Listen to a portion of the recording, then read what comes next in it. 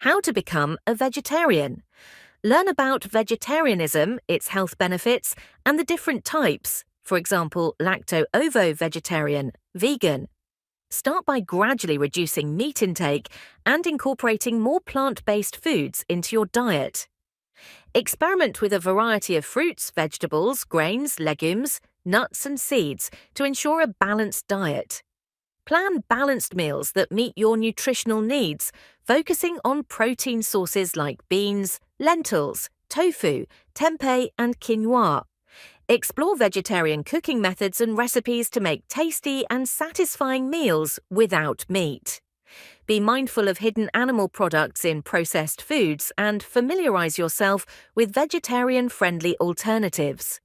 Consider supplementing with vitamin B12, omega-3 fatty acids, and other nutrients that may be lacking in a vegetarian diet. Keep updated on nutrition recommendations and stay connected with the vegetarian community for support and inspiration.